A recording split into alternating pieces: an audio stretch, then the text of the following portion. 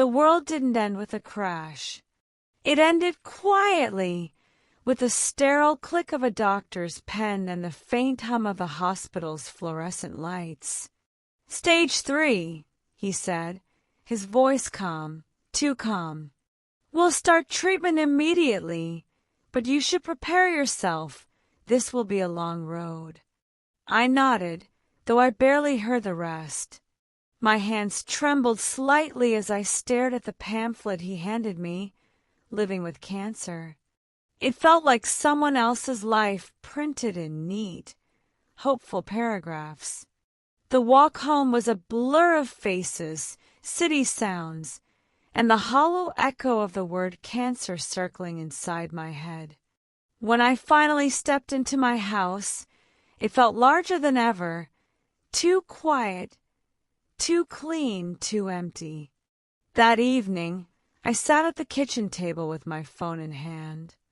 I typed out a message in the family group chat. "I've just been diagnosed with cancer. It's serious. I'd love to see you all soon." Then I waited. 5 minutes. 10. 1 hour. Nothing. Later that night, my phone finally buzzed. It was from my daughter, Emily. "Oh no, Mom. I'm so sorry. Things are a bit crazy right now, but I'll call you soon." She didn't.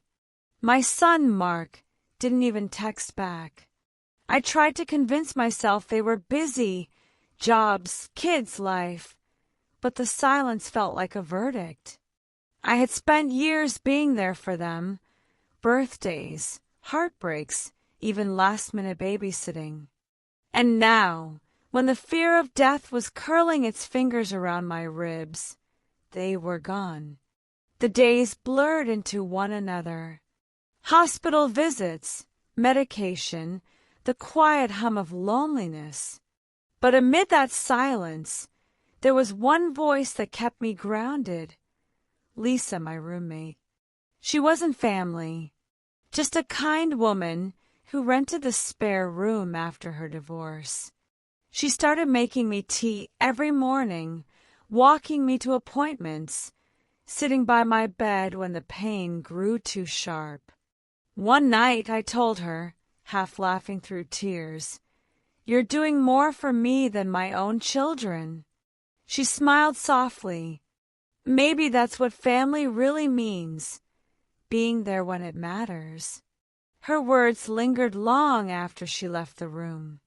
That night, I looked at the framed photo on my bedside table, me, Emily, and Mark at Christmas years ago. All smiles, all love. And for the first time, I wondered if love fades, or if it's just replaced by convenience. Either way, I knew one thing. This illness would show me who truly cared. Days turned into weeks, and the silence from my children stretched longer than any night I'd ever lived through. My phone became both a lifeline and a source of pain. I checked it every morning, hoping for a message, a call, a sign that they still cared. But it stayed dark, as if my existence had slipped from their world entirely. I tried calling Emily first. The line rang twice before it went to voicemail. Her recorded voice was cheerful, distant. "Hi, this is Emily. Leave a message."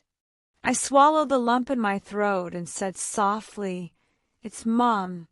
I just wanted to hear your voice." No callback. A week later, I tried Mark.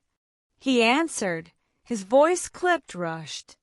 "Hey, Mom, I'm just about to head into a meeting. Can we talk later?" "Sure," I whispered, though I knew later wouldn't come.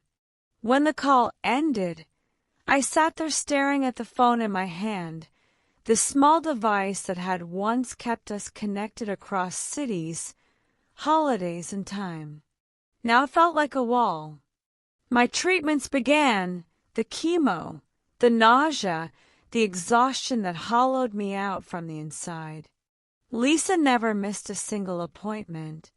She'd sit with me in the hospital waiting room, knitting quietly, sometimes humming a song under her breath.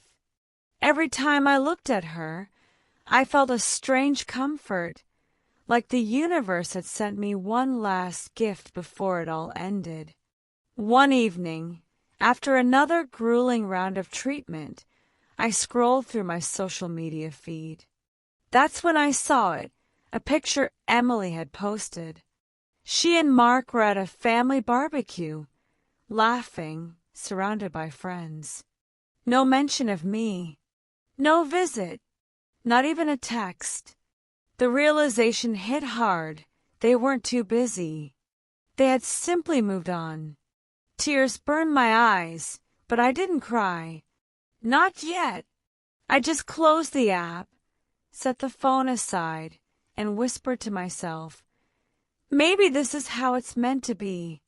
Lisa found me later, quiet and pale by the window. She didn't ask what was wrong. She just sat beside me and placed a gentle hand over mine.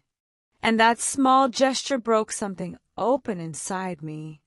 I began to cry, quietly at first, then with years of motherly love and disappointment spilling out. I had spent my life teaching my children kindness, but now, in the shadow of death, it was a stranger who showed me what kindness truly looked like.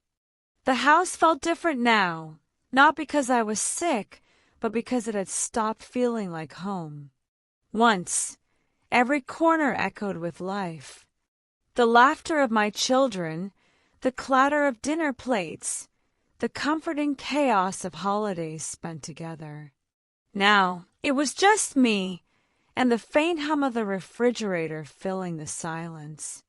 I started noticing little things I'd never seen before, the fading paint on the kitchen cabinets, the faint scratches on the hallway wall where Emily used to mark her height every year, and the quiet emptiness of the living room where Mark once practiced guitar.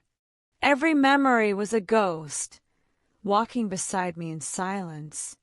Sometimes I'd make 2 cups of tea out of habit, one for me, one for whoever wasn't coming. I'd catch myself halfway, shake my head, and pour the second cup down the sink. The loneliness was sharper than the illness.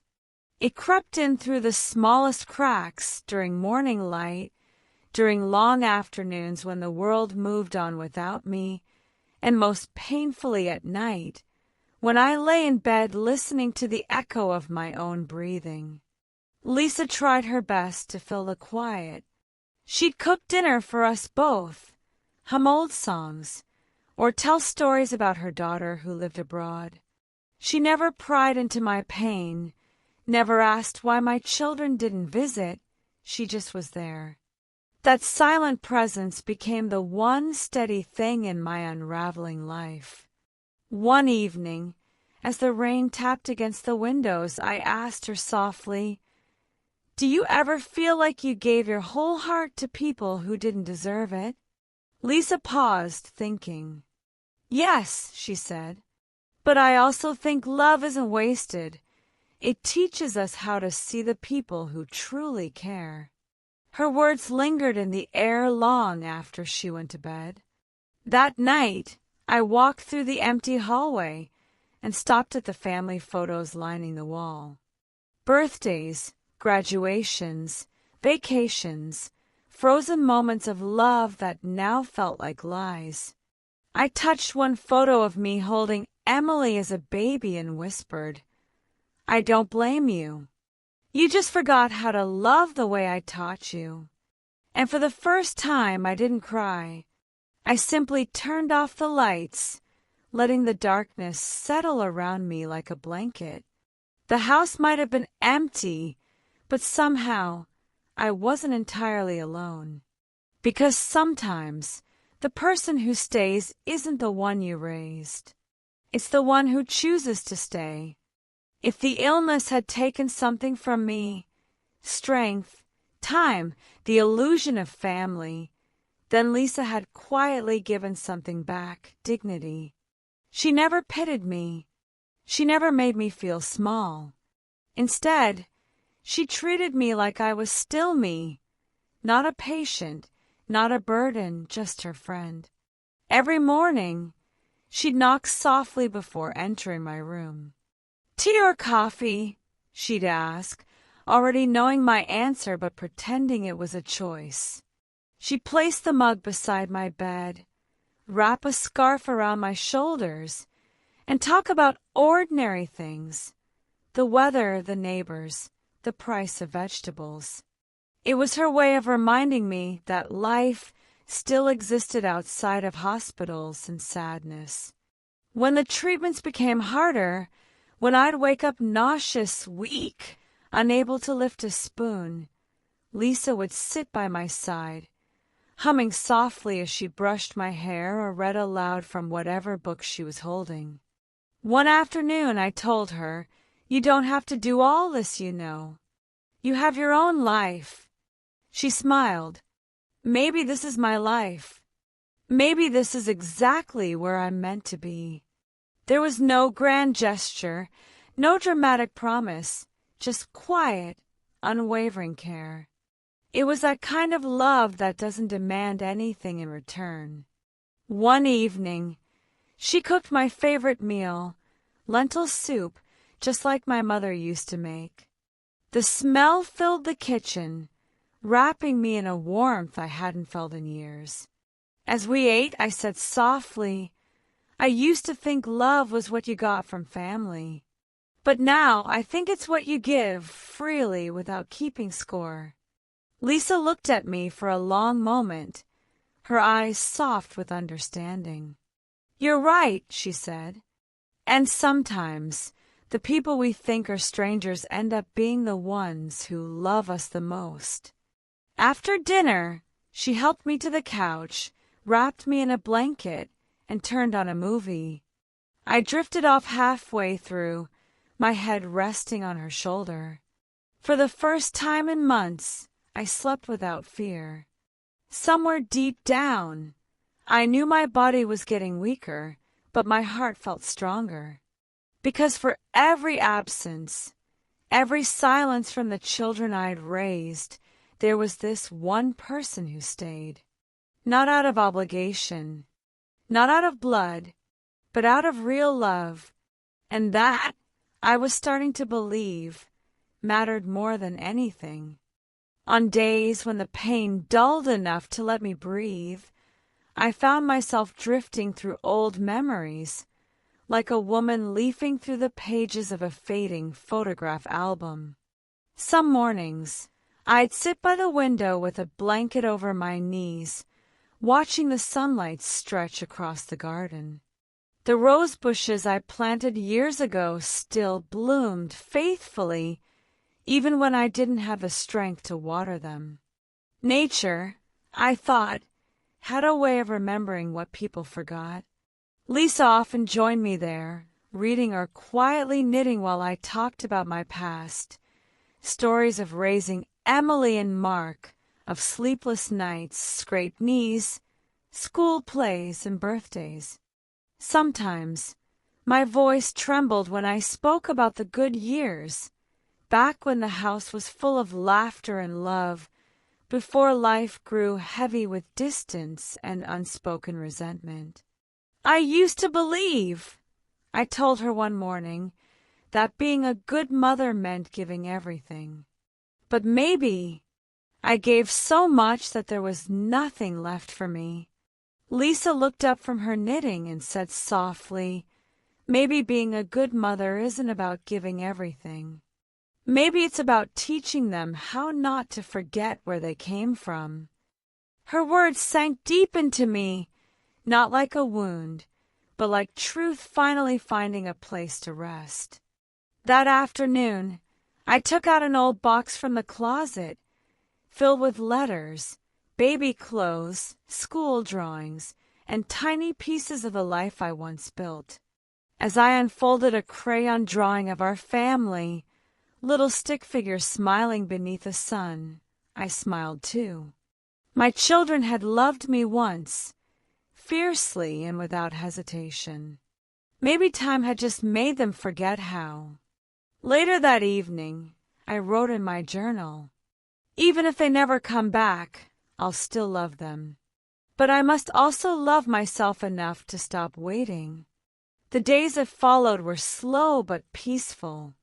Lisa made sure I had moments of laughter, baking cookies that always came out a little burned, playing old songs from our youth, and teasing me until I smiled again. For the first time in a long while, I realized that happiness doesn't always come from who you expect. Sometimes it grows quietly in unexpected company. I still hoped, somewhere deep inside, that my children might call. That maybe one day they'd remember me not for being sick, but for being their mother. But hope, I was learning, can't be the only thing keeping you alive. Sometimes, letting go is what keeps you breathing. It happened on an ordinary Thursday, the kind of day where the sun felt too bright, almost mocking. I had just returned from a checkup, exhausted but stable. When I walked into the house, Lisa was making tea, her face pale. "Your daughter called," she said quietly. "She wants to visit." For a moment I couldn't speak. My heart lifted. Emily's coming. After months of silence, those words felt like water in a desert. When the knock finally came, I almost ran to the door. Emily stood there in a crisp blazer, makeup perfect, a nervous smile frozen on her lips. "Hi, Mom," she said, stepping in as if she'd never left. Behind her was Mark. He looked older, or maybe just harder. No hug, no warmth, just a curt nod. I try not to care. I was just happy to see them. We sat in the living room, and for a few minutes I let myself imagine it was like old times. I asked about the kids, their work, their lives. They answered politely, distantly. Then Emily's eyes flicked toward Lisa's room, and her voice changed. "So, Mom," she began, forcing a smile. "We were talking. You've been sick for a while now. We just want to make sure things are, in order. About the house, the will, your savings." The air went cold. Lisa froze mid-step in the kitchen. I stared at my daughter, my own flesh and blood, and for a moment I didn't recognize her. "I'm not dying tomorrow, Emily," I said softly. She laughed nervously. "Of course not, Mom. We just want to help, make sure everything's handled right." Mark added, "Yeah, it's better if we take care of things before it's too late." Too late. The words stung more than the chemo ever did. I realized in that moment that they weren't here because they cared. They were here because they wanted to see what was left to take. Lisa stepped forward, her voice steady but firm. "I think that's enough for today." Emily turned to her, her eyes narrowing. "This is family business." "No," I said, my voice quiet but sharp. "Family business ended the day you both forgot who I was." They left soon after, muttering something about misunderstanding. When the door closed, the silence that followed wasn't painful this time. It was clarity. That night, I sat by my window, staring into the dark sky. The truth hurt, but it also freed me. I finally saw my children not as victims of time or distance, but as strangers wearing the faces of the people I once loved. That night, sleep refused to come. I sat in my armchair, the clock ticking endlessly, the moonlight spilling across the floor like spilled milk. Every tick echoed one truth: they don't love you for you anymore. I had spent a lifetime giving, forgiving, and hoping. I paid for their weddings, helped with their first homes, stayed up with their babies when they were too tired to. And yet, when my body failed me, when cancer came for me, they vanished as if my love had expired. The betrayal of my children was not a sharp stab, it was a slow bleed. But tonight, I decided I would not die bleeding.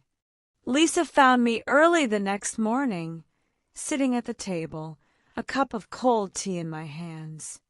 "You didn't sleep again?" she asked softly. I shook my head. "I was thinking, Lisa. I've been living my life, waiting for others to care. Maybe it's time I cared for myself." She smiled faintly, unsure where I was going with this. "I'm changing my will," I said, my voice calm, steady. "The house, the savings, everything I have. I wanted to go to someone who was here. Someone who didn't need to love me, but did anyway." Lisa froze. "No, you can't mean." "I do." I looked her in the eyes. "You were there when I cried. You drove me to chemo, cooked me soup, read to me when I couldn't see straight. You gave me your time, the one thing my own children couldn't spare. You deserve this." Tears welled in her eyes.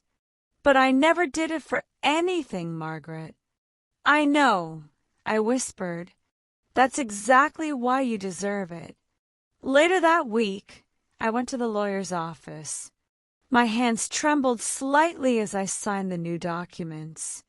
The pen glided over the paper, each stroke a silent goodbye to years of misplaced loyalty. When I walked out, the autumn air hit me, crisp, freeing.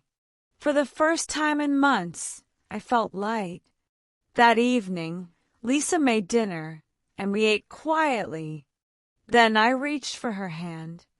"Lisa," I said gently, "you've been more of a daughter than I ever knew I needed." She squeezed my hand back, eyes shimmering. "And you've been more of a mother than I ever had." For the first time since my diagnosis, I smiled, not the fragile kind I used to fake for my kids, but a real, peaceful one. Because I finally realized something profound. Family isn't blood. It's love that stays when the world leaves. It didn't take long for news of my decision to reach them.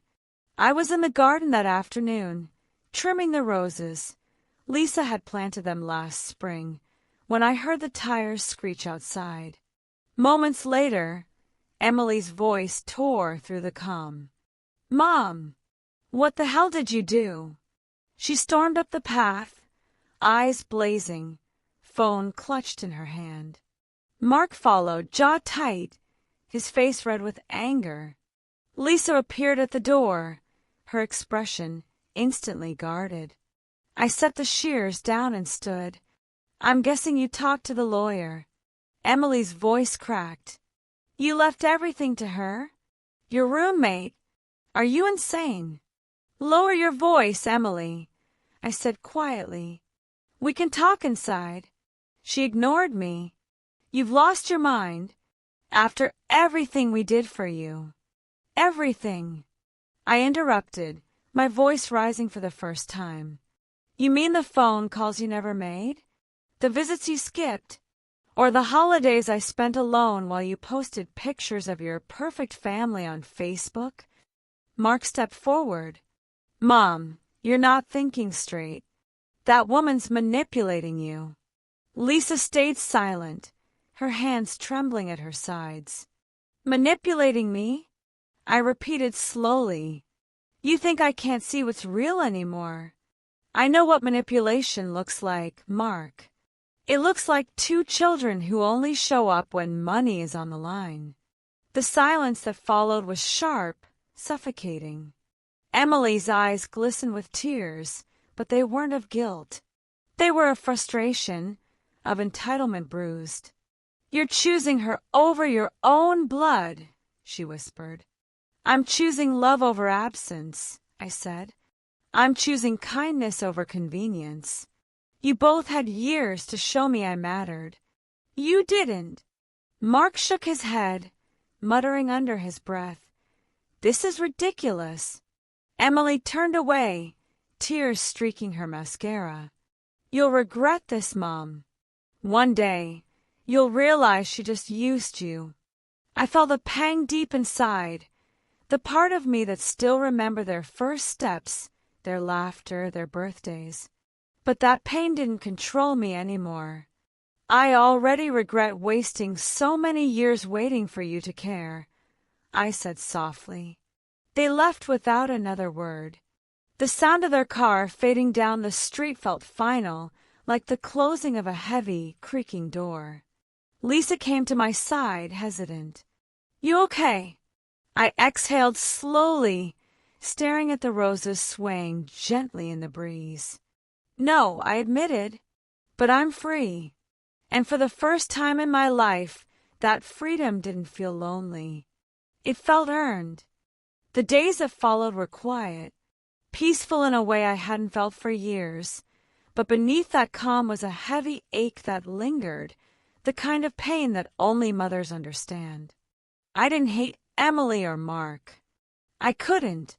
The bond between mother and child doesn't vanish. It just breaks in places that never truly heal. I realized that forgiveness didn't mean inviting them back into my life. It meant releasing the bitterness that chained me to them. One evening, after Lisa had gone to bed, I sat down at my desk with a pen and a blank sheet of paper. My hand shook a little, not from sickness, but from the weight of what I wanted to say. The letter wasn't for the lawyer or for Lisa. It was for Emily and Mark, a final message they might one day read and understand.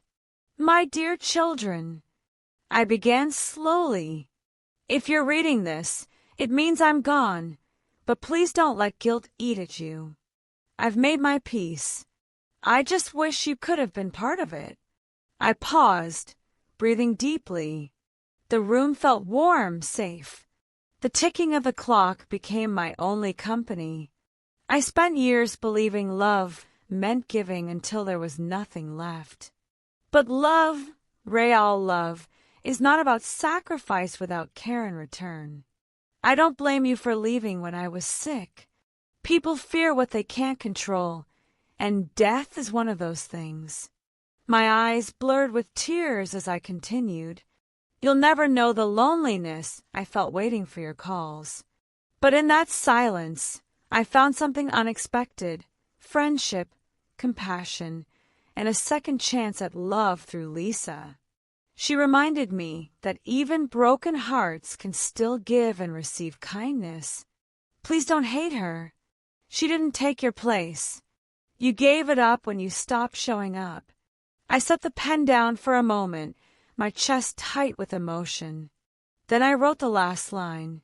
"If there's one thing I hope you carry forward, it's this: never wait until someone is dying to show them they matter. Love loudly while you still can." When I sealed the letter, I felt something release inside me, like a sigh my soul had been holding for too long. Lisa found me there hours later, asleep in the chair, the letter tucked under my hand. "Everything okay?" she whispered. I smiled faintly. Everything's finally okay. And for the first time, I truly meant it. Spring arrived softly that year.